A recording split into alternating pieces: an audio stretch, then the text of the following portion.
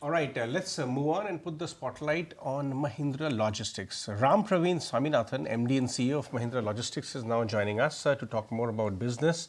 Rampraveen, morning. Thank you very much for your time. Now, you have given out commentary recently of achieving or aiming at 10,000 crore revenues by FY26. Talk to us about what are the ingredients of this? What segments will lead this growth?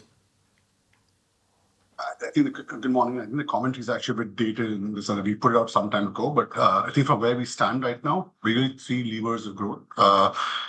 We think the contract logistics business is in a consolidation phase. We are expecting strong growth in that segment of our business over the next 3 years, probably in the mid-teens. And then, of course, we have three businesses which are fairly subscale in the supply chain space, cross-border logistics and B2B Express, which we expect to ramp up quite significantly over the next 3 years as well. And those should obviously outstrip growth quite significantly. In terms of end markets, I think we are a diversified player between, automotive engineering and consumer fulfillment or consumption markets. So that diversification, we think, actually holds us well in terms of broader growth macros. The guidance of 10,000 crore by FY26, how much of that would essentially come from the internal Mahindra Group?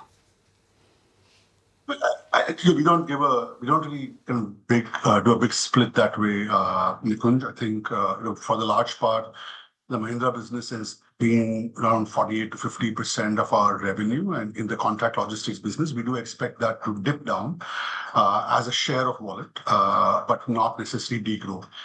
So I won't put a specific number, but clearly we expect the non-Mahindra business to grow at probably 2x the Mahindra business. And within that, apart from automotive, which could be both from the Mahindra Group and external, which are the verticals which will add to your ambition of reaching 10,000 crore minus auto? So I think automotive today is around 60% of our revenue, Nikunj, and that's down from 72%, or 75% 4 years ago. So we are really growing in e-commerce, consumer and durables, engineering, and we expect that velocity to remain across all our businesses over the next 3 years.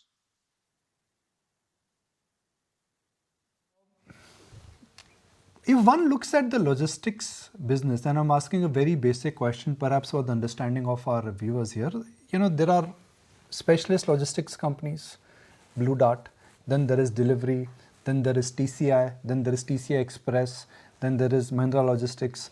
Where do you fit in terms of a profile? Because, in markets, when somebody is investing in a company, they do an absolute comparison, they do a peer comparison. How can we compare Mahindra Logistics with where it stands within the industry?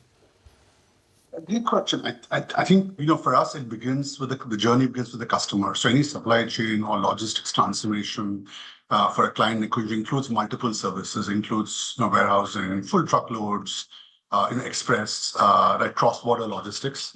So it is a bunch of services. Our approach has been, to basically help customers, re-engineer that supply chain across these 4 or 5 key services.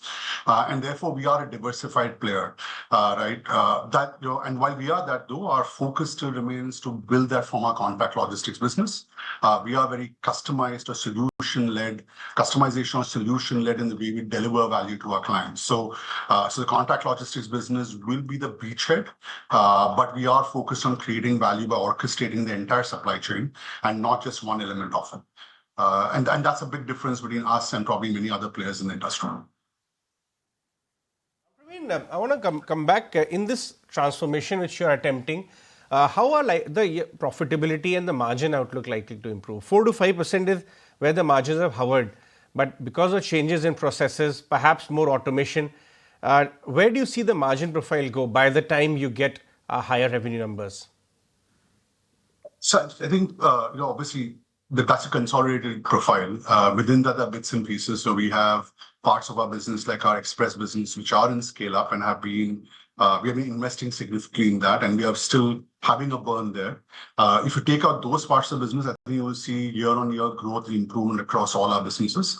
I won't give guidance, but I think over a period of time, we expect that the contract logistics business will be at around 2.5% of PAT.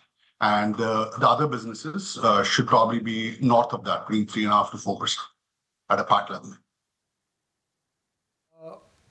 Let's look at the future plans. Now, Mahindra is largely still a B2B company. Would you be looking at B2C? Is there enough and more scope purely considering what is happening to, let's say, the credit card delivery business, how e-commerce is evolving, how quick commerce is evolving? Any thoughts that you want to experiment with new formats?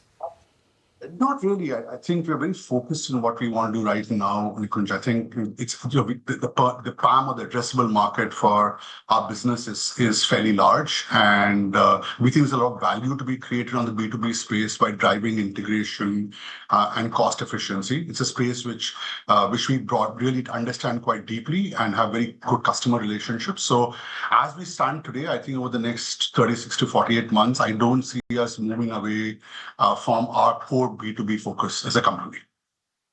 That remains the mantra for us. To wrap it up, this is just a thought which I've never discussed with you.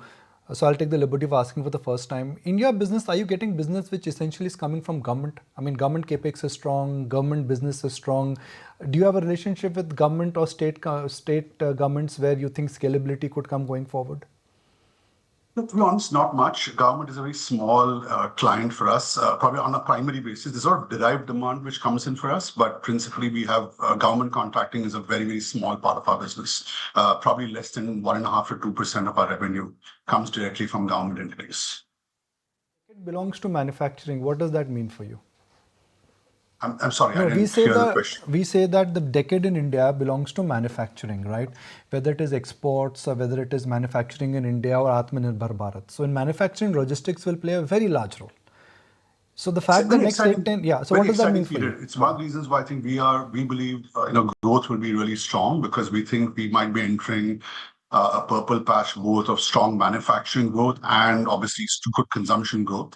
And you can't make in India if you can't move in India, and therefore logistics is very important. I think one thing is the importance of logistics, but I think on the other hand, the government is making significant investments on infrastructure and digitization, which for the first time should allow customers to move their focus from cost to serve towards cost to win. Which is kind of the space which we want to really be in. So overall, I think we're very excited. Manufacturing still remains and will remain a very big part of our business. It's as I said, auto and general manufacturing is probably 3/4 of our business today, and that still remains a very big focus for us. All right, Rampraveen, thank you very much for joining us today. That was the strategy for Mahindra Logistics going forward. If you like this video, then like, share and subscribe to ET Now.